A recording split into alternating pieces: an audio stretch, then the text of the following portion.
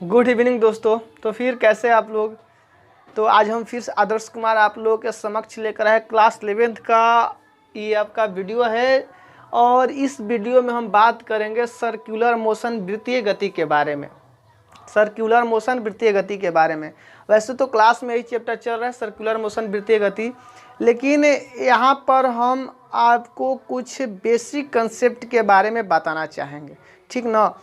तो जो भी चीज़ें आपका क्लास में बताया गया है लेकिन फिर भी दिक्कत आया है तो यहाँ पर आप उसको अच्छा कर सकते हैं, ठीक ना, मेंटेन कर सकते हैं। और इसमें बहुत सी चीज़ें ऐसे नया देखने को मिलेगा आपको, तो इसलिए इस वीडियो को अंत तक जरूर देखें। और वो चीज़ें जो आपको, जैसे कि हम डील कर रहे क्लास में आपका, जैसे अभिकेंद्रिय त्वरण के बारे में बता रहे थे, तो अभिकेंद्रिय त्वरण में क्या था कि उसमें आया था कोणीय विस्थापन, कोणीय वेग, कोणीय त्वरण, इस सब से रिलेटेड छोटा छोटा टॉपिक जो है आपको उसमें नया नया फार्मूला कुछ देखने को मिला था। तो वो जो छोटा छोटा चीज़ें हैं अभी हम वीडियो के माध्यम से आप लोगों के समक्ष पेश करना चाहेंगे। तो आप लोग इस वीडियो को लास्ट तक जरूर देखिए, बहुत कंसेप्टुअल वीडियो है, बहुत ही मज़ा आएगा। अंत तक देखिए, बहुत इंटरेस्टिंग चीज़ें आपको सीखने को मिलेगा इसमें। तो वृत्तीय गति के बारे में सबसे पहले बेसिक कंसेप्ट के बारे में बात करेंगे। वृत्तीय गति में क्या होता है, कैसे होता है, ये कैसे काम करता है, वृत्तीय गति मतलब होता क्या है, ठीक ना। तो वृत्तीय गति में अगर इसे सरल भाषा में डिफाइन करना चाहे तो वह गति जिसमें चाल नियत वेग परिवर्तनशील होता है वृत्तीय गति कहलाता है। वह गति जिसमें चाल नियत वेग परिवर्तनशील होता है वृत्तीय गति कहलाता है। वह गति जिसमें चाल जो होता है नियत होता है और वेग क्या होता है, परिवर्तनशील होता है। चाल नियत और वेग परिवर्तनशील होता है। वह गति जिसमें चाल नियत वेग परिवर्तनशील होता है वृत्तीय गति कहलाता है। और क्या इसमें चीज़ें हैं कि इसमें जो त्वरण होता है वेग के लंबवत होता है। इसमें त्वरण जो होता है वेग के लंबवत होता है। अब ये चीज़ें समझ में नहीं आया होगा, मतलब क्या है, कैसे है। कोणीय वेग इसमें होता है, इसमें कोणीय त्वरण होता है, कोणीय विस्थापन होता है और भी सारी चीज़ें होता है। अभिकेंद्रीय बल, अपकेंद्रीय बल, कौन सा बल, त्वरण कौन सा, कै गो त्वरण होता है, कहाँ कहाँ कौन कौन लगता है, इसका दिशा किधर होता है, किधर होता है, इस सब के बारे में बात करेंगे। तो वृत्तीय गति के बारे में सबसे पहले समझ लेते हैं, ठीक ना। गति कैसे होता है, क्या होता है। तो इतना तो चीज़ें समझ में आया कि चाल नियत होता है, वेग परिवर्तनशील होता है। इसमें चाल नियत होता है, वेग परिवर्तनशील होता है। इसको अब डीप से समझते हैं। चाल नियत वेग परिवर्तनशील का मतलब क्या हो गया। आप लोग सब लोग जानते होंगे, आप जो भी इस वीडियो को देख रहे होंगे देखिएगा, आप सब लोग जानते होंगे इस बात को कि चाल नियत, चाल मतलब केवल परिमाण, चाल मतलब केवल परिमाण, आवेग मतलब परिमाण और दिशा दोनों आ जाता है। वेग मतलब परिमाण एवं दिशा दोनों आ जाता है। चाल मतलब केवल परिमाण, आवेग मतलब परिमाण एवं दिशा दोनों आ जाता है। चाल मतलब केवल परिमाण, आवेग मतलब परिमाण एवं दिशा दोनों। यानी कहने का कुल मिला के आसान भाषा में कि चाल एक अदिश राशि है, वेग एक सदिश राशि, वेक्टर क्वांटिटीज, और चाल स्केलर क्वांटिटीज, मतलब सदिश राशि और अदिश राशि। इसमें अंतर क्या है कि वेग में दिशा होता है लेकिन चाल में कोई दिशा नहीं होता है। तो चाल नियत वेग परिवर्तनशील मतलब क्या है कि जो इसमें गति कर रही है कोई वस्तु, एक समान वेग से अगर गति, एक समान चाल से अगर गति करती है, एक समान चाल से अगर गति करती है, तो मतलब क्या हो गया कि इसका परिमाण नियत है। परिमाण क्या है, नियत है, नियत है। क्यों, क्योंकि बोल रहे हैं पर चाल नियत, चाल मतलब परिमाण, परिमाण क्या हो गया, नियत हो गया। वेग दिशा परिवर्तनशील, अभी बता है वेग परिवर्तनशील है, चाल नियत मतलब परिमाण नियत। वेग परिवर्तनशील, वेग में परिमाण एवं दिशा दोनों होता है। यानी अभी बता चुके हैं कि चाल नियत, परिमाण भी नियत, यानी परिमाण जो है नियत है, परिमाण क्या है, नियत है, परिमाण नियत। लेकिन क्या दिशा नियत होगा, दिशा नियत होगा, क्या दिशा एक समान होगा, मतलब हमेशा एक ही दिशा में जाएगी। आप खुद से इसको समझ सकते हैं। मान लीजिए यदि किसी वस्तु को किसी धागा से बांधकर इस तरह से नचाया जाए तो क्या उसका हर बिंदु पर दिशा समान होगा, आप समझ सकते हैं इसको कि क्या उस वस्तु जो वृत्ताकार पथ पर गति कर रही है उस वस्तु का दिशा हर बिंदु पर समान होगा? उस वस्तु का दिशा हर बिंदु पर समान नहीं होगा। हर बिंदु पर उस वस्तु की दिशा में परिवर्तन होगा। हर बिंदु पर उस वस्तु की दिशा में परिवर्तन होगा। यानी दिशा में परिवर्तन होता है मतलब वेग में भी परिवर्तन हो रहा है। दिशा में परिवर्तन यानी वेग में भी परिवर्तन। इसलिए हम शॉर्ट में ये बातें बताएं कि वृत्ताकार पथ पर गति करती हुई मतलब अगर कोई वस्तु वृत्तीय गति कर रही है तो उसका चाल नियत एवं वेग परिवर्तनशील होगा, क्योंकि वेग में परिमाण एवं दिशा दोनों होता है। तो चाल नियत यानी परिमाण तो नियत हो गया लेकिन दिशा परिवर्तनशील होगा। दिशा परिवर्तनशील हो गया। तो इसमें एक पॉइंट बन के आता है कि चाल नियत दिशा परिवर्तन, चाल नियत वेग परिवर्तनशील का मतलब चाल में केवल परिमाण यानी परिमाण भी नियत और इसमें दिशा परिवर्तनशील। परिमाण नियत होता है लेकिन दिशा परिवर्तनशील होता है। ये चीज़ें एक पॉइंट बन के आया, ठीक ना। इसमें चाल नियत वेग परिवर्तनशील होता है। चाल यानी परिमाण नियत हो गया। अब वेग परिवर्तनशील का मतलब क्या हो गया? परिमाण तो नियत है तो मतलब वेग में परिमाण एवं दिशा दोनों होता है। तब परिमाण तो नियत हो जाएगा, बच गया क्या? दिशा। मतलब परिवर्तनशील तो दिशा ही होता है ना, मतलब दिशा परिवर्तनशील होता है। ठीक, ये बातें समझ में आया होगा। और एक चीज, आखिर दिशा परिवर्तनशील का मतलब क्या हो गया? दिशा किधर होता है? तो वृत्तीय गति में अगर कोई वस्तु गति कर रही है तो उसके गति का दिशा किधर होगा? तो वृत्ताकार पथ पर यदि कोई वस्तु गति करती है तो उस वस्तु के गति की दिशा इस वृत्त पर खींचा गया स्पर्श रेखा की ओर होगा। किसी वृत्त पर किसी बिंदु पर एक स्पर्श रेखा खींचते हैं तो उस स्पर्श रेखा की ओर उस वस्तु के गति की दिशा होगा। मतलब इस बिंदु पर उस वस्तु की दिशा किधर होगा? तो इधर होगा। इस वस्तु पर किधर होगा? तो इस पर एक स्पर्श रेखा से खींचिए, इधर होगा। इस वस्तु पर किधर होगा? तो स्पर्श रेखा साइन से ऐसे करके खींच देंगे, ऐसे खींचेंगे, ऐसे खींचेंगे, इस तरह से स्पर्श रेखा खींचते हैं तो इस स्पर्श रेखा की ओर इस वस्तु के गति के दिशा होगा। इस वस्तु के गति की दिशा किधर होगा? स्पर्श रेखा की ओर। मतलब वृत्तीय गति में किसी वस्तु की दिशा किधर होता है? गति की दिशा किधर होता है? स्पर्श रेखा की ओर। वृत्ताकार पथ पर गति करती हुई किसी वस्तु के गति की दिशा वृत्ताकार पथ पर खींचा गया स्पर्श रेखा की ओर होता है। स्पर्श रेखा की ओर होता है। इसको इस तरह से समझा जा सकता है, जैसे मान लीजिए किसी वस्तु को से नचा रहे हैं, उसको अचानक छोड़ देते हैं। तो अचानक छोड़िएगा तो उसका गति किधर होगा? उसका गति किधर होगा? जिस बिंदु पर छूटेगा उस बिंदु से ही सीधा जाएगा। मतलब सीधा मतलब क्या? स्पर्श रेखा होगा। सीधा यानी देखिए खींचे है कि नहीं? स्पर्श रेखा। इस बिंदु पर छोड़ेंगे तो सीधा आएगा, सीधा आएगा मतलब स्पर्श रेखा। इस बिंदु पर छोड़ेंगे मतलब सीधा जाएगा मतलब स्पर्श रेखा। इस बिंदु पर सीधा मतलब स्पर्श रेखा। स्पर्श रेखा होता है कि नहीं होता है? होता है। और एक चीज, आप ये बातें जानते होंगे कि वृत्त जो है अनेक बिंदुओं से मिलकर बनी होती है, मतलब छोटे छोटे, और वृत्त पर अनगिनत स्पर्श रेखाएं खींची जा सकती हैं। यानी स्पर्श रेखा हर बिंदु पर खींची जा रही है, मतलब दिशा में परिवर्तन हर बिंदु पर होगा। दिशा में परिवर्तन हर बिंदु पर होगा। कुल मिला के कहना चाहे किसी वृत्ताकार पथ पर गति करती हुई किसी वस्तु के गति के दिशा में परिवर्तन प्रत्येक बिंदु पर होता है। किसी वृत्ताकार पथ पर गति करती हुई किसी वस्तु के दिशा में परिवर्तन प्रत्येक बिंदु पर होता है। वृत्ताकार पथ के प्रत्येक बिंदु पर किसी वस्तु के गति के दिशा में परिवर्तन होता है। इसमें चाल नियत वेग परिवर्तनशील होता है, यानी परिमाण नियत एवं दिशा परिवर्तनशील होता है। परिमाण नियत दिशा परिवर्तनशील होता है। परिमाण नियत दिशा परिवर्तनशील हुआ मतलब इसे एक समान वृत्तीय गति कहेंगे। एक समान वृत्तीय गति कहेंगे, इसे एक समान वृत्तीय गति कहेंगे। ये हुआ आपके वृत्तीय गति के बारे में थोड़ा बहुत बेसिक कंसेप्ट जो आप लोगों को जानना बहुत ज़्यादा आवश्यक है। अगर आप लोग लिखना चाहते हैं डिटेल से तो फिर से एक बार हम बता देना चाहते हैं लाइन से हर चीज़ों को। वृत्तीय गति किससे कहते हैं? वृत्तीय गति वह गति जिसमें चाल नियत एवं वेग परिवर्तनशील होता है, वृत्तीय गति कहलाता है। वह गति जिसमें चाल नियत वेग परिवर्तनशील होता है, वृत्तीय गति कहलाता है। इसमें त्वरण वेग के लंबवत होता है। इसमें त्वरण वेग के लंबवत होता है। इसमें त्वरण वेग के लंबवत होता है। चाल नियत वेग परिवर्तनशील होता है, इसमें त्वरण वेग के लंबवत होता है। नीचे फिगर को बना लेना है, ठीक। उसके बाद क्या करना है कि पॉइंट्स बनाकर लिख लेना है, या इसी में लिख लेना है अर्थात यदि कोई वस्तु वृत्ताकार पथ पर गति करती है, यदि कोई वस्तु वृत्ताकार पथ पर गति करती है तो उसके गति के दिशा उस वृत्ताकार पथ पर खींचे गए स्पर्श रेखा की ओर होता है।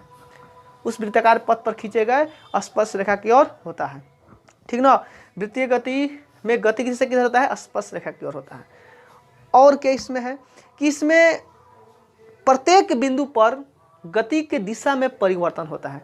वृत्तीय गति में प्रत्येक बिंदु पर गति की दिशा में परिवर्तन होता है। इसमें चाल नियत वेग परिवर्तनशील होता है, यानी परिमाण नियत और दिशा परिवर्तनशील होता है।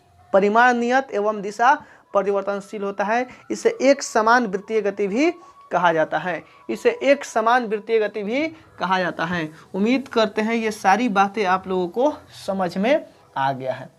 वैसे तो यहाँ तक की सारी जो चीज़ें अभी बताए हैं इस सब हम क्लास में भी डील किए हुए हैं। ठीक ना। क्लास में भी इस सब चीज़ों के बारे में हम लोग जाने थे और काफ़ी चीज़ें पढ़े थे। लेकिन अब इसके बाद जो है आपका इसमें जो छोटा छोटा टॉपिक है, आखिर जो वृत्तीय गति में जैसे अभी बोल रहे हैं वेग, त्वरण, तो क्या कैसे कैसे वो किधर क्या कैसे होता है उस सब के बारे में जानते हैं। तो कुछ महत्वपूर्ण पॉइंट या बिंदु यहाँ पर लिखते हैं। कुछ महत्वपूर्ण बिंदु मतलब वृत्तीय गति को पढ़ने के लिए हमें कुछ चीज़ों को जानना काफ़ी ज़रूरतमंद चीज़ें होगा, जो जानना ज़रूरी होगा। जान ले तो आसानी होगा पढ़ने में। ठीक ना। जैसे कि हम जब सरल रेखा में गति स्टार्ट किए थे या समतल में गति स्टार्ट किए थे, तो सरल रेखा में गति स्टार्ट करने से पहले आप लोग को ये सारी बातें, विस्थापन क्या होता है, वेग क्या होता है, दूरी किसे कहेंगे, चाल किसे कहेंगे, त्वरण किसे कहेंगे, एक समान चाल किसे कहेंगे, परिवर्तित चाल, इस सारी चीज़ों के बारे में छोटा छोटा जो चीज़ें इस सब के बारे में हम लोग जाने थे। ठीक ना। उसी प्रकार इसमें हम कोणीय विस्थापन, ठीक ना, कोणीय विस्थापन, कोणीय वेग, कोणीय त्वरण, ये तीन चीज़ों के बारे में कम से कम जानना जरूरी होगा। ठीक ना। कोणीय विस्थापन क्या होता है, कोणीय वेग क्या होता है, कोणीय त्वरण क्या होता है, कोणीय विस्थापन क्या होता है, कोणीय वेग क्या होता है, कोणीय त्वरण क्या होता है। कोणीय विस्थापन किसे कहेंगे, कोणीय वेग किसे कहेंगे, कोणीय त्वरण किसे कहेंगे। ठीक ना। वैसे तो हम इस सब के बारे में आप लोग थोड़ा थोड़ा चीज़ें, हर बात को जो भी हम जो टॉपिक आगे पढ़ाए हैं उससे रिलेटेड है, उसमें यूज किए हैं। कोणीय विस्थापन के बारे में, कोणीय वेग के बारे में, कोणीय त्वरण के बारे में काफ़ी चीज़ें बता चुके हैं। लेकिन फिर भी इसके बारे में अब डीप से जानेंगे। सबसे पहले कोणीय विस्थापन के बारे में जानते हैं हम लोग। कोणीय विस्थापन क्या होता है। ठीक ना। कोणीय विस्थापन, चलिए यहाँ से स्टार्ट करते हैं हम लोग। कोणीय विस्थापन, चलिए ध्यान दीजिए। कोणीय विस्थापन होता क्या है। एक फिगर आसानी से बहुत अच्छा एकदम बना लेते हैं ताकि समझने में आसानी हो। खैर पहले समझते हैं कोणीय विस्थापन क्या होता है। देखिए कोणीय विस्थापन क्या है। कोणीय विस्थापन को अगर हम सरल भाषा में कहना चाहे, समझने के लिए बहुत आसान भाषा में, कि यदि कोई वस्तु वृत्ताकार पथ पर गति करती है या वृत्ताकार पथ पर गति करती हुई किसी वस्तु द्वारा नियत समय अंतराल में, वृत्ताकार पथ पर गति करती हुई किसी वस्तु द्वारा नियत समय अंतराल में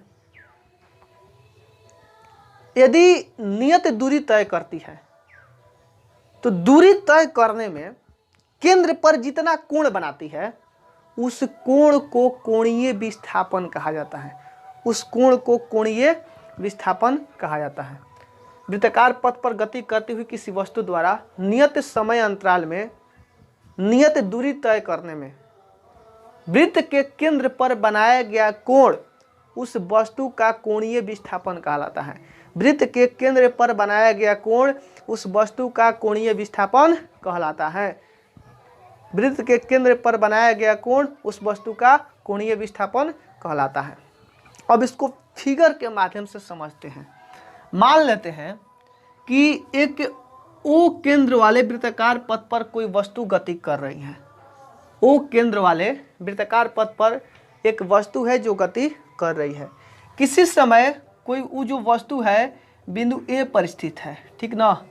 किसी समय वस्तु ये जो बिंदु ए है यहाँ पर स्थित है, ठीक ना। ऐसे इस यहाँ पर लीजिए इस तरीक़ा से, किसी समय वस्तु जो है इस बिंदु ए पर स्थित है। ये आपका वृत्त है,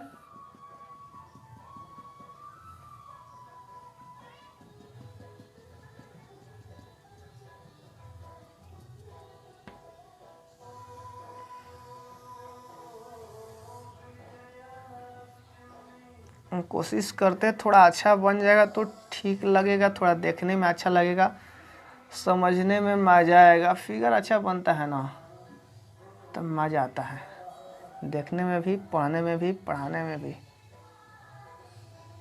तो बन भी नहीं करता है अच्छा, बकलोल जैसा बन जाता है। देखिए बन गया। इसका केंद्र वो है, किसी समय जो वस्तु है बिंदु ए पर है, ठीक ना।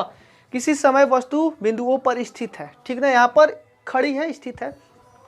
अब यहाँ से चलना प्रारंभ करती है, ठीक ना। तो यहाँ से चलना प्रारंभ करेगी तो ये हम t1 समय में बिंदु बी पर आती है। t1 समय में कहाँ आती है? बिंदु बी पर। t1 समय में बिंदु बी पर आती है। t1 समय कितना समय लिया? t1 समय लिया, बिंदु बी पर आ गई। इसके द्वारा बनाया गया कोण कितना है? θ1 है। इसके द्वारा बनाया गया कोण θ1 है, θ1 है, ठीक ना। वस्तु यहाँ पर खड़ी है, t1 समय ली, बिंदु बी पर आ गई। इसके द्वारा बनाया गया कोण केंद्र पर कितना है? θ1 है। फिर t2 समय यहीं से अभी चलना स्टार्ट की है, अभी रुकी नहीं है, यहाँ पर अभी रुकी नहीं है, लगातार स्टार्ट की है। t1 समय लगा, तब समय घड़ी देखे t1 समय हुआ है, तब बिंदु बी पर आ गई है। फिर घड़ी देखे t2 समय हो गया, ओ बिंदु सी पर चली गई, बिंदु सी पर चली गई। फिर कोण कितना बना है? θ2 बना है, θ2 बना है। t1 समय पर बिंदु बी पर थी, लेकिन t2 समय पर कहाँ चली गई? बिंदु सी, बिंदु सी पर। t1 समय पर बिंदु बी पर थी, लेकिन t2 समय, ये जो पूरा टाइम t2 लगा है, t2 समय में कहाँ चली गई? बिंदु सी पर, बिंदु सी पर चली जाती है। t1 समय में बिंदु बी पर थी और t2 समय में बिंदु सी पर चली जाती है। तो हमारा सवाल होगा आप लोगों से कि t1 से t2 समय में वस्तु कितनी दूरी चली होगी? t1 से t2 समय में, t1 से t2 समय में वस्तु कितनी दूरी चली होगी? a से c या a से b या b से c? कमेंट में जरूर बताइएगा, वीडियो को रोककर कमेंट में बताइएगा। a से b या b से c या a से c? फिर से सवाल सुन लीजिए, t1 से t2 समय में वस्तु कितनी दूरी तय करेगी? a से b, a से c या b से c? ठीक, तो इसका जवाब है कि t1 से t2 समय में, t1 समय में वस्तु कहाँ थी? तो t1 समय में वस्तु b पर थी। मतलब t1 से, अब यहाँ से स्टार्ट हुआ है चलना, जो हम पूछे सवाल, t1 से मतलब यहाँ पर आ चुकी है वस्तु, यहाँ से t2 समय, मतलब t2 समय में यहाँ थी, मतलब कितना दूरी? यही दूरी तय की है। तो इस दूरी को मान लेते हैं डेल्टा एस। क्या कहते हैं? इस दूरी को मान लेते हैं डेल्टा एस। अब इस डेल्टा एस दूरी तय करने में कितना कोण बनाई है केंद्र पर? ये डेल्टा एस दूरी तय करने में कितना कोण बनाई है? तो ये डेल्टा एस दूरी तय करने में यही कोण बनाई है, ये वाला कोण बनाई है। तो ये कोण कितना हो जाएगा? तो ये पूरा कोण है θ2, ये वाला कोण है θ1, तो ये वाला कोण हो जाएगा θ2 माइनस θ1। ये वाला कोण कितना हो जाएगा? θ2 माइनस θ1। ये वाला छोटा कोण जो है, ये वाला छोटा कोण θ1 है, आई वाला जो बड़ा वाला है θ2 है, तो ये वाला कोण कितना हो जाएगा? θ2 माइनस θ1। डेल्टा एस दूरी तय करने में θ2 माइनस θ1 कितना समय अंतराल में? तो t2 माइनस t1 समय अंतराल में। मतलब यहाँ पर t2 था, यहाँ से यहाँ t1 है, तो हम यहाँ से यहाँ तक समय जोड़ रहे हैं, यहाँ से यहाँ तक, मतलब t2 में से t1 ये वाला घटा देंगे तो ये वाला समय केवल बचेगा, तो t2 माइनस t1। तो t2 माइनस t1 को मानते हैं delta t, t2 minus t1 को क्या मानते हैं? Delta t। और θ2 माइनस θ1 को मानते हैं, θ2 माइनस θ1 को मानते हैं del theta, θ2 minus delta t को डेल थीटा मानते हैं, ठीक ना। यानी हम कुल मिलाकर कहना चाहे कि यदि कोई वस्तु वृत्ताकार O केंद्र वाले एवं R त्रिज्या वाले, इस जो वस्तु जो जिस पथ पर गति कर रही है उसका त्रिज्या जो है R है, कितना है? त्रिज्या R है। यदि कोई वस्तु O केंद्र एवं R त्रिज्या वाले वृत्ताकार पथ पर गति करती है तो डेल्टा t समय में डेल्टा s दूरी तय करती है। डेल्टा टी समय में डेल्टा एस दूरी तय करती है। तो डेल्टा एस दूरी तय करने में उसके द्वारा कोणीय विस्थापन कितना होगा, तो डेल थीटा होगा। कितना होगा, डेल थीटा होगा, डेल थीटा होगा। डेल्टा टी समय में डेल्टा एस दूरी तय करती है तो उसके द्वारा बनाया गया कोण डेल थीटा होगा।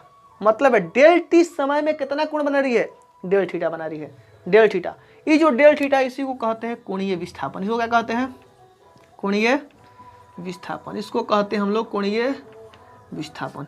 कोणीय विस्थापन का फॉर्मूला हो जाएगा।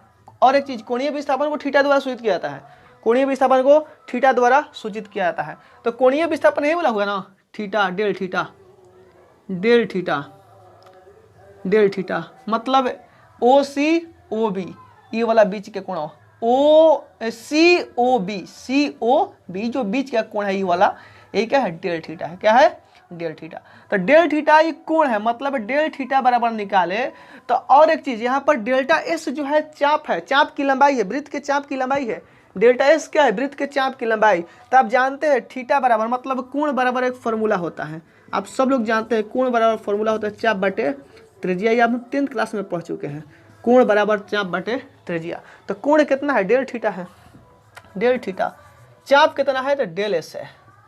और त्रिज्या क्या है, तो आर है। हम मान लिए त्रिज्या कितना है, आर है। मतलब कोणीय विस्थापन का फॉर्मूला डेल थीटा, कोणीय विस्थापन बराबर कितना आ गया, कोणीय विस्थापन डेल थीटा बराबर आ गया डेल एस बटे में आर। डेल थीटा बराबर डेल एस बटे में आर। कोणीय विस्थापन का फॉर्मूला क्या हो गया, डेल एस बटे में आर, चाप बटे त्रिज्या। मतलब जितना दूरी तय करेगी, डेल्टा टी समय में डेल्टा एस दूरी तय करती है, इसके द्वारा बनाया गया कोण कितना है, डेल थीटा है। तो डेल थीटा बराबर डेल एस बटे में आर। वृत्त की त्रिज्या आर वृत्ताकार वाले पथ पर अगर करती है तो डेल एस बटे में आर होगा। ठीक ना। तो उम्मीद करती है बातें समझ में आएगा। और एक चीज, ये जो आपका कोणीय विस्थापन है, कोणीय विस्थापन कैसे मात्रक रेडियन होता है। कोणीय विस्थापन कैसे मात्रक रेडियन होता है। कोणीय विस्थापन कैसे मात्रक रेडियन होता है, क्योंकि कोण है ना, कोण का मात्रक रेडियन होगा। ठीक, कोणीय विस्थापन कैसे मात्रक क्या होता है, रेडियन होता है। कोणीय विस्थापन कैसे मात्रक रेडियन होता है, याद रखना इसको। ठीक ना, ये मात्रक है आपका, ये आपका काम दे सकता है कभी भी कहीं भी। तो अब कोणीय विस्थापन के बारे में हुआ कंसेप्ट, जो भी चीज़ है उम्मीद करते हैं समझ में आ गया होगा। अब हम कोणीय वेग के बारे में बात करेंगे। इसको साफ कर देते हैं।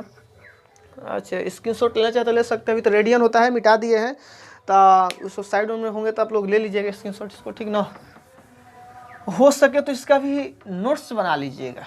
ठीक ना, लाइन से हम हर चीज़ों, हर बात को, हर चीज़ों को समझा चुके हैं। तो आप लोग नोट्स बना लीजिएगा तो समझने में आसानी होगा। ठीक ना। कोणीय वेग के बारे में समझते हैं। अब कोणीय वेग क्या है, तो इसको तो समझना अब आसान हो जाएगा। कोणीय वेग, वेग का फॉर्म, वेग किसे कहते हैं, निश्चित दिशा में किसी वस्तु द्वारा एकांक समय में तय की गई दूरी वेग कहलाता है। तय की गई न्यूनतम दूरी वेग कहलाता है। लेकिन कोणीय वेग क्या होगा, इसमें वृत्तीय गति, वृत्ताकार पथ पर गति कर रही है वस्तु। जो भी वस्तु वृत्ताकार पथ पर गति करती है तो एकांक समय में किसी वस्तु द्वारा तय की गई कोणीय विस्थापन कोणीय वेग कहलाता है।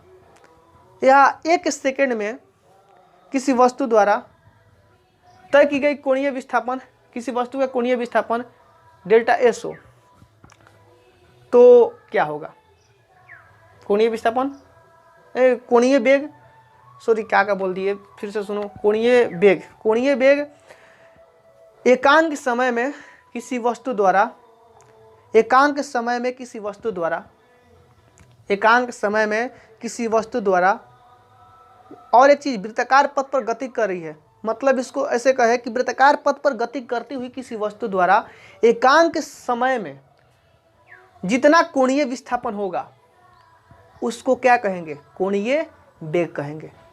कोणीय वेग कहेंगे। एकांक, वृत्ताकार पथ पर गति करती हुई किसी वस्तु द्वारा एकांक समय में तय की गई कोणीय विस्थापन कोणीय वेग कहलाता है। कोणीय वेग कहलाता है।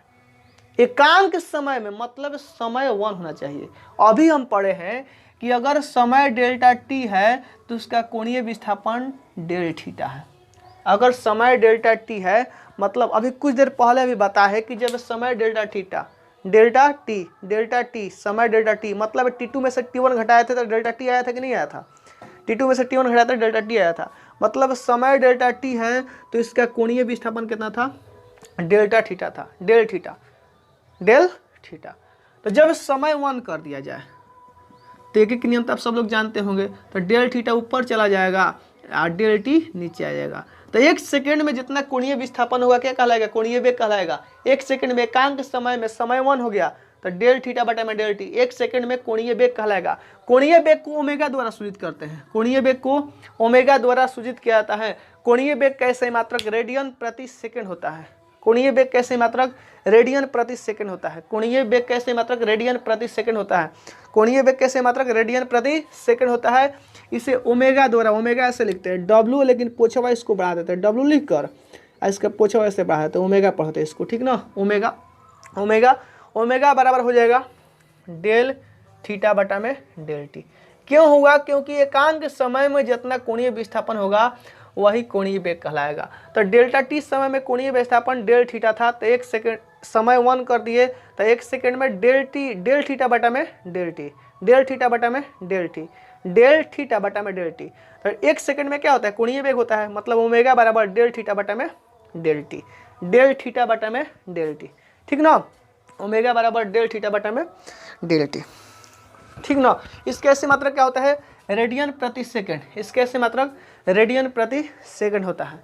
इसका बीमा क्या हो जाएगा? तो इसका बीमा रेडियन प्रति सेकंड, तो कोण का बीमा होता है, बीमाहीन राशि होता है, तो 1 बटा में ई टी समय है सेकंड, मतलब सेकंड इनवर्स, सॉरी बीमा ना, बीमा इसका टी होता है, मतलब टी इनवर्स।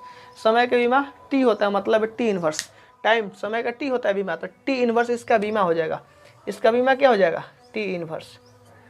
ऐसे ही मात्रक क्या हो जाएगा? रेडियन प्रति सेकंड, रेडियन प्रति सेकंड ऐसे ही मात्रक बीमा याद रखिएगा। कोणीय विस्थापन के सही मात्रक, कोणीय वेग के सही मात्रक रेडियन प्रति सेकंड, और इसका बीमा होगा टी इनवर्स, टी इनवर्स, ठीक ना। इसे ओमेगा द्वारा सूचित करते हैं, ओमेगा बराबर डेल थीटा बटा में डेल टी, ओमेगा बराबर डेल थीटा बटा में डेल टी। अब यहाँ से हम बहुत बेहतरीन कंसेप्ट की ओर लेकर चलते हैं, कुछ फॉर्मूला निकालते हैं, ठीक ना। डेल थीटा बटा डेल टी, तो आप लोग इस सारी चीज़ें पढ़े हैं जो अभी हम बताने वाले हैं, बस थोड़ा थोड़ा रिवीजन मतलब टाइप के जो भी चीज़ें हैं।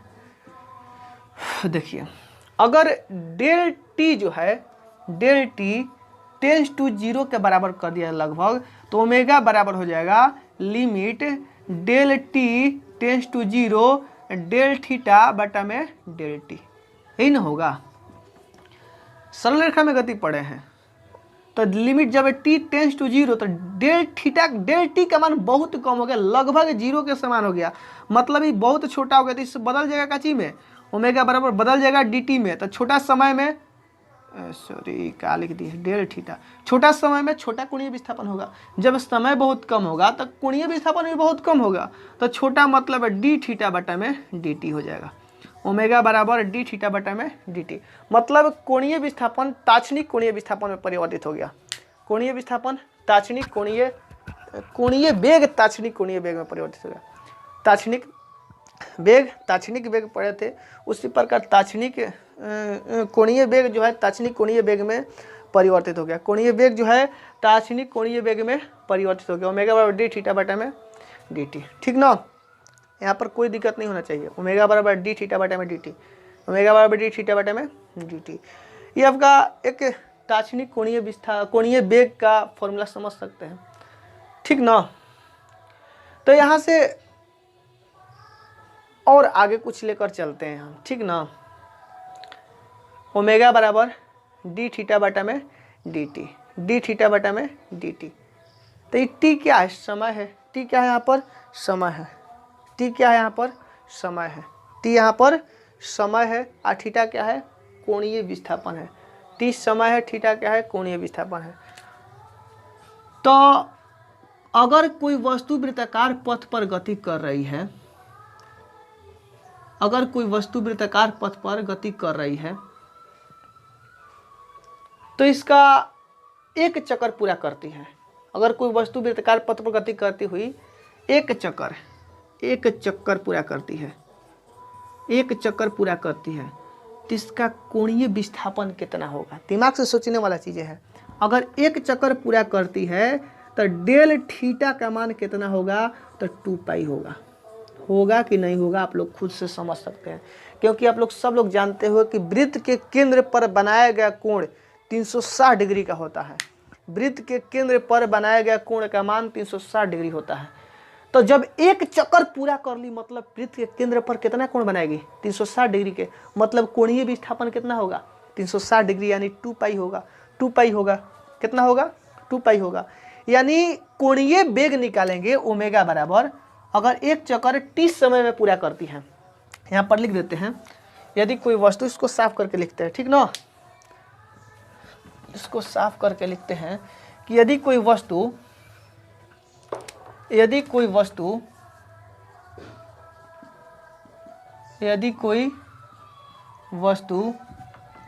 किसी वृत्ताकार पथ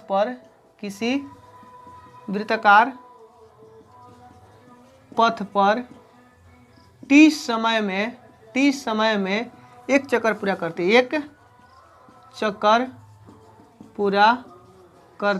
है, तो इसका कोणीय वेग ओमेगा बराबर, एक चक्कर पूरा करती है, एक चक्कर कोणीय वेग, तो कोणीय वेग कोणीय विस्थापन बटे में समय, कोणीय विस्थापन बटे में समय, कोणीय विस्थापन बटे में समय, कोणीय विस्थापन कितना होगा एक चक्कर यानी 2 पाई, एक चक्कर यानी 2 पाई। सॉरी पहले फॉर्मूला लिख देते हैं डेल थीटा बटे में डेल टी, ठीक ना। ओमेगा बराबर डेल थीटा का मान कितना हो जाएगा 2 पाई हो जाएगा। कितना समय लग रहा है t समय। बहुत ही बेहतरीन फॉर्मूला निकल के आया, बहुत ही बेहतरीन फॉर्मूला यहाँ पर निकल गया। यानी अगर आपके पास सवाल आए कि यदि कोई वस्तु 10 सेकंड में एक चक्कर पूरा करती है, 20 सेकंड में एक चक्कर पूरा करती है, तो उसका कोणीय वेग क्या होगा, तो आपको डेल थीटा कुछ चीज़ ये सब लगाने की कोई ज़रूरत नहीं है। बस यहाँ पर एक चीज़ याद रखना है कि एक चक्कर यानी 360 डिग्री, एक चक्कर यानी 360 डिग्री, एक चक्कर लगा दी मतलब उसका जो कोणीय विस्थापन होगा 360 डिग्री होगा, तो 360 में समय से भाग देता निकल जाएगा। यहाँ पर एक संबंध होता है n बराबर 1/t, n बराबर 1/t, यानी n जो है आवृत्ति है, क्या है आवृत्ति। नाम सुने होंगे, नया नाम होगा, लेकिन आवृत्ति के बारे में हम समझा देते हैं आप लोगों को। n बराबर 1/t आवृत्ति, ठीक ना। n बराबर 1/t आवृत्ति, n क्या है आवृत्ति है, 1/t समय है, ठीक ना t समय है। आवृत्ति क्या होता है, तो प्रति सेकंड पूर्ण दोलन की संख्या आवृत्ति कहलाती है। प्रति सेकंड पूर्ण दोलन की संख्या आवृत्ति कहलाती है।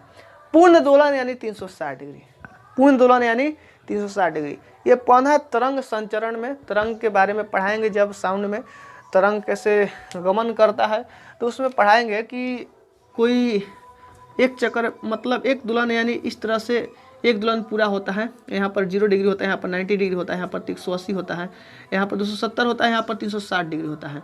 तो ये जो होता है एक चक्कर होता है, एक चक्कर एक दोलन होता है, एक दोलन t आवर्तकाल होता है, जो दूरी होता है एक दोलन पूरा करने में जो समय होता है आवर्तकाल होता है, दूरी होता है, तरंगदैर्घ्य होता है, आई एक चक्कर एक सेकंड में जितना चक्कर पूरा करती है आवृत्ति होता है।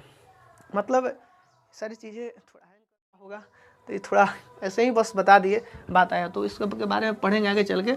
आवृत्ति के बारे में समझिए अभी कि प्रति सेकंड पूर्ण दोलन की संख्या आवृत्ति कहलाती है। बात समझ में नहीं आ रहा होगा, प्रति सेकंड पूर्ण दोलन की संख्या, तो अभी हम समझ रहे हैं कि t सेकंड में एक दोलन पूरा करती है, t सेकंड में एक दोलन, क्योंकि अभी यहाँ पर लिखे कि t समय में एक चक्कर पूरा करती है। एक चक्कर यानी 360 डिग्री, 360 डिग्री के एक दोलन होता है, 360 डिग्री का एक दोलन होता है, 360 डिग्री के एक दोलन होता है। तो t समय में एक दोलन पूरा करती है, t समय में एक दोलन। प्रति सेकंड पूर्ण दोलन की संख्या आवृत्ति कहलाता है। प्रति मतलब 1 सेकंड, 1 सेकंड में जितना दोलन पूरा करेगी आवृत्ति कहलाएगा। तो t समय में एक दोलन, इसलिए एक सेकंड में, तो एक सेकंड में कितना होगा 1/t होगा, एक सेकंड में 1/t होगा। एक सेकंड में पूरा करेगी कितना क्या कहलाएगा, एक सेकंड में आवृत्ति कहलाएगा। n बराबर 1/t, n बराबर 1/t, यही फॉर्मूला यहाँ पर लिखे, n बराबर 1/t, ये आवृत्ति। मतलब 1/t के बदले में मैं n हम आसानी से लिख सकते हैं। तो यहाँ पर एक और फॉर्मूला निकल के आएगा, ओमेगा बराबर 2 पाई गुना 1/t लिख सकते। इसके बदले में ये जो ऊपर लिखे 2 पाई/t, इसके बदले में हम लिख सकते हैं या ओमेगा बराबर 2 पाई गुना 1/t, क्योंकि इसमें गुना करेंगे तो इसके बराबर हो ही जाएगा। तो ओमेगा बराबर हो जाएगा 2 पाई गुना 1/n के मतलब n, मतलब 2 पाई n। ओमेगा बराबर 2 पाई n। बहुत ही बेहतरीन फार्मूला निकल के आया है। यानी अगर चक्रण की संख्या दे दे कि 4 चक्कर लगाती है, 10 चक्कर लगाती है, तो कोणीय वेग निकालिए कितना होगा, तो आराम से 2 पाई में गुना करके निकाल लेना है, ठीक ना। तो इसमें कुछ सोचने वाली चीज़ें नहीं है। तो ये आपका कोणीय वेग के बारे में हुआ, ये जो बताया कंसेप्ट के बारे में हुआ, इससे रिलेटेड कोणीय वेग से रिलेटेड कंसेप्ट। कोणीय वेग को ओमेगा द्वारा सूचित किया जाता है, कोणीय वेग को ओमेगा द्वारा सूचित किया जाता है। तो यहाँ तक सारी चीज़ें समझ में आ गया होगा, तो आप लोग इससे स्क्रीनशॉट ले सकते हैं, ठीक ना। चलिए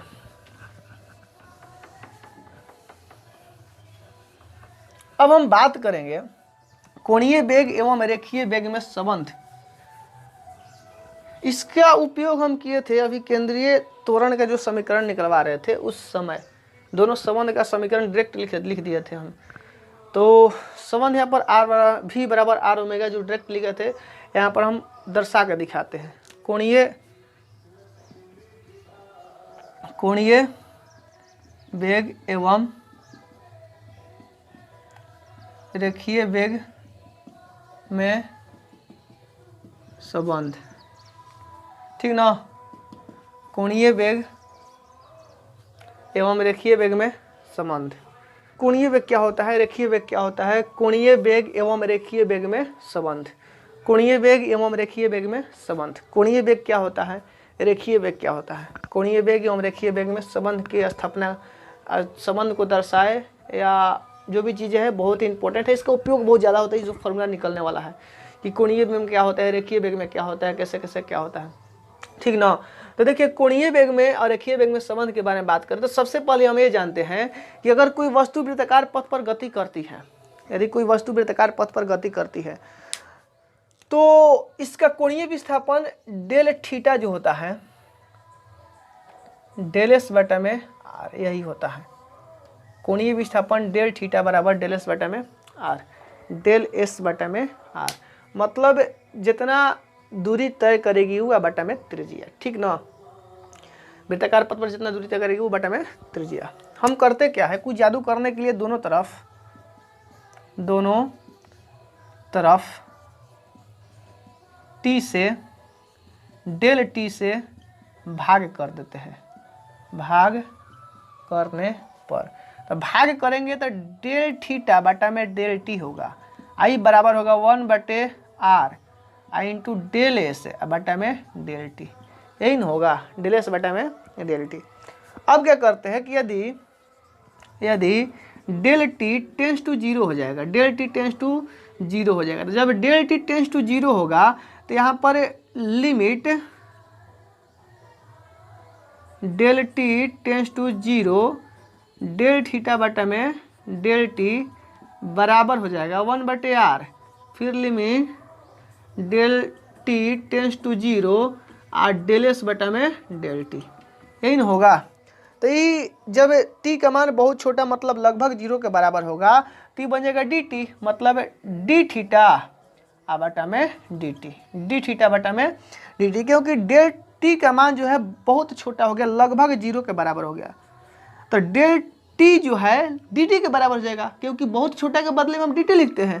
तो जब डी टी हुआ तो ये कितना हो जाएगा, डी थीटा हो जाएगा। क्यों, क्योंकि छोटा समय में छोटा कोणीय विस्थापन होगा। उसी प्रकार बराबर 1/r रह गया। आई जब ये भी बहुत छोटा हुआ तो इसका भी जो दूरी होगा ये भी बहुत छोटा हो जाएगा, मतलब डी एस बटा में डी टी, डी थीटा बटा में डी टी। अभी कुछ देर पहले बताया कोणीय वेग के बराबर होता है, ओमेगा के बराबर होता है। कोणीय वेग, तात्क्षणिक कोणीय वेग निकाले हैं डी थीटा बटा में डी टी, डी थीटा बटा में डी टी निकाले थे कुछ देर पहले, आप देख सकते हैं, ठीक ना। तो ओमेगा बराबर 1/r इंटू डी एस बटे डी टी, रेखीय वेग पढ़े, सरल रेखा में गति जब पढ़ रहे थे उस समय बताए थे कि तात्क्षणिक वेग का फॉर्मूला होता है v बराबर डी एस बटे में डी टी, विस्थापन बटे में समय, मतलब v, यानी ओमेगा बराबर v बटे में r, यानी v बराबर r ओमेगा। बहुत ही बेहतरीन यहाँ पर एक फॉर्मूला निकल के आया है, v बराबर r ओमेगा या ओमेगा बराबर v बटे में r। बहुत ही बेहतरीन फॉर्मूला है, v बराबर r ओमेगा या ओमेगा बराबर v बटे में आर। भी बराबर आर ओमेगा या ओमेगा बराबर भी बटा में आर। भी क्या है, रेखीय वेग है, आर त्रिज्या है, ओमेगा जो है कोणीय वेग है। भी रेखीय वेग, आर त्रिज्या, ओमेगा कोणीय वेग है। ठीक ना। यहाँ से हम एक ऑब्जेक्टिव के बारे में चर्चा करना चाहेंगे, बहुत ही बेहतरीन ऑब्जेक्टिव के बारे में। यहाँ पर भी जो है रेखीय वेग भी जो है यहाँ पर लिखते हैं, कोई दिक्कत नहीं होना चाहिए। ठीक ना। रेखीय वेग मतलब भी जो है भी समानुपाती होगा आर के। भी समानुपाती होगा आर के। मतलब यदि कोई वस्तु वृत्ताकार पथ पर गति करती है तो यदि उसका कोणीय वेग ओमेगा हो तो ओमेगा के लिए रेखीय वेग वृत्त के वृत्ताकार पथ के त्रिज्या के समानुपाती होता है। मतलब अगर त्रिज्या अधिक होगा तो रेखीय वेग अधिक होगा, यदि त्रिज्या कम होगा तो रेखीय वेग कम होगा। आप लोग सभी लोग जानते होंगे, अभी कुछ देर पहले हम बताए भी है, वृत्तीय गति स्टार्ट करने से पहले ही हम बताए वृत्तीय गति के बारे में। वृत्तीय गति में जो भी इस सब कंसेप्ट याद करने मतलब स्टार्ट करने से पहले बताए हैं कि जो वेग होता है, गति की दिशा होता है स्पर्श रेखा की ओर होता है। मतलब इसका रेखीय वेग का दिशा होगा स्पर्श रेखा की ओर, मतलब सीधा होगा, सीधा जाएगा। किसी वस्तु को नचा के छोड़िएगा तो सीधा भागेगा। मतलब क्या होगा, आर अगर त्रिज्या अधिक होगा तो वेग अधिक होगा, त्रिज्या कम होगा तो वेग कम होगा। समानुपाती का मतलब ही नहीं, त्रिज्या अधिक तो वेग कम, त्रिज्या कम तो वेग अधिक। यानी यदि अगर किसी वस्तु को नचा रहे हैं गोल गोल, तो अगर डोरा बढ़हन रखे के तो वस्तु ढेर दूर तक जाए। काहे, कैसे को ओकर वेग अधिक हुई, कैसे कि त्रिज्या अधिक बा तो वेग भी अधिक हुई। तो अगर बढ़हन डोरा रख के नचावल जी तो ढेर दूर तक जाई, लेकिन छोटे गो डोरा रख के नचावल जाई तो कम दूर तक जाई, बड़ वाला के अपेक्षा कम दूर तक जाई। लेकिन यदि आर का मान, यदि आर बराबर 0 कर दिया जाए, मतलब जो नचा रहे जिस वस्तु को यदि केंद्र पर ही रखा जाए उसको, तो जब केंद्र पर रखिएगा तो त्रिज्या का मान 0 हो जाएगा, त्रिज्या का मान 0 हो जाएगा। मतलब रेखीय वेग भी 0 हो जाएगा। मतलब ज्यों कहते वहीं पर है तो वहीं पर रहेगा। अगर मान लो कोई वस्तु गोल गोल नाच रहा है अपने अक्ष पर, जहाँ पर स्थित है केंद्र पर ही गोल गोल नाच रहा है, जैसे जैसे नचा रहा है गोल गोल नाच रहा है, तो जो गोल गोल नाच रहा है उसका रेखीय वेग जो होगा 0 होगा, रेखीय वेग 0 होगा, रेखीय वेग 0 होगा। जैसे कि अगर कोई बड़ा पिंड है, बड़ा पिंड को गोल गोल नचा रहे हैं, तो बड़ा पिंड के नज़दीक वाला सिरा और दूर वाला सिरा, बड़ा पिंड अनेक पिंडों से मिलकर बना है, नज़दीक वाला पिंड और दूर वाला पिंड, नज़दीक वाला पिंड के त्रिज्या कम होगा। तो अगर ई यहाँ से छूटता है तो अधिक वेग से जाएगा, क्योंकि इसका रेखीय वेग अधिक होगा। लेकिन दूर वाला छूटता है तो कम वेग, क्यों सॉरी गलत बोल दिए, अगर त्रिज्या कम है मतलब नज़दीक है तो नज़दीक रहेगा, तो त्रिज्या कम है तो वेग कम होगा, मतलब धीरे से जाएगा। किसके अपेक्षा, दूर वाले की अपेक्षा कम वेग होगा इसका, मतलब कम दूर जाएगा। लेकिन दूर वाला जो है अधिक दूरी पर जाएगा, क्योंकि उसका वेग अधिक होगा, क्योंकि उसका त्रिज्या अधिक है। बात समझ में आया। लेकिन अगर उसका त्रिज्या 0 कर दिया जाए, अगर उसका त्रिज्या 0 कर दिया जाए तो उसका वेग भी, रेखीय वेग भी 0 हो जाएगा। लेकिन दूर रहे या नज़दीक रहे, बस वृत्ताकार पथ पर गति कर रही है, तो अगर एक ही वस्तु है अगर वृत्ताकार पथ पर गति करती है तो उसका कोणीय वेग हमेशा समान होगा। कोणीय वेग, कोणीय विस्थापन सबका हमेशा समान होगा। जैसे मान लीजिए इस मार्कर को किसी चीज़ से बांध करना चाहे तो इस मार्कर के नज़दीक वाला सिरा ई वाला हो, क्योंकि इसको इधर बांधे हैं, आई वाला दूर वाला सिरा होगा। तो ई वाला सिरा अगर यहाँ से गोप मान लीजिए निकल के फेंकाएगा तो अधिक वेग से जाएगा, लेकिन ई वाला फेंकाएगा तो कम वेग से जाएगा। और एक चीज़, अगर दोनों का द्रव्यमान समान होना चाहिए, ठीक ना। एक को पिंड मतलब द्रव्यमान तो इसका अलग अलग होगा ना, इसका द्रव्यमान कम हो जाएगा, इसका द्रव्यमान तो पता जाएगा ऐसा ही, ठीक ना। तो वैसा चीज़ नहीं है, मतलब तनी द्रव्यमान बराबर होना चाहिए सबका, तब जाएगा समान। अधिक वेग से दूर वाला अधिक वेग से जाएगा, नज़दीक वाला कम वेग से जाएगा, ठीक ना। लेकिन ई वाला अधिक वेग से, ई वाला कम वेग से जाएगा, लेकिन इसका कोणीय वेग होगा, जो दोनों का कोणीय वेग निकाला जाए, कोणीय विस्थापन निकाला जाए, तो ये प्रत्येक स्थिति में समान होता है, ठीक ना। कोणीय वेग मतलब इसका भी कोणीय वेग, इसका भी कोणीय, दोनों का कोणीय वेग समान होगा। इसका कोणीय विस्थापन, इसका कोणीय विस्थापन, दोनों कोणीय विस्थापन समान होगा, लेकिन रेखीय वेग अलग अलग होता है, ठीक ना। तो यहाँ तक रहा आपका कोणीय विस्थापन, कोणीय वेग के बारे में कंसेप्ट। कोणीय त्वरण के बारे में बात करें तो इसमें कोई खास कंसेप्ट नहीं है। आप लोग सब लोग जानते हैं त्वरण किसे कहते हैं, तो एकांक समय में तय कि वेग परिवर्तन की दर को त्वरण कहते हैं। दूसरी प्रकार त्वरण किसे कहते हैं, वेग परिवर्तन की दर को त्वरण कहते हैं। दूसरी प्रकार कोणीय वेग में परिवर्तन के दर को कोणीय त्वरण कहेंगे। कोणीय वेग में परिवर्तन के दर को कोणीय त्वरण कहेंगे। कोणीय वेग में परिवर्तन के दर को कोणीय त्वरण कहेंगे। इसके ऐसे मात्रक रेडियन प्रति सेकंड स्क्वायर, रेडियन प्रति सेकंड स्क्वायर, रेडियन प्रति सेकंड स्क्वायर। उम्मीद करते हैं सारी बातें आपको समझ में आ गया होगा। ठीक है, मिलते हैं अगले वीडियो में।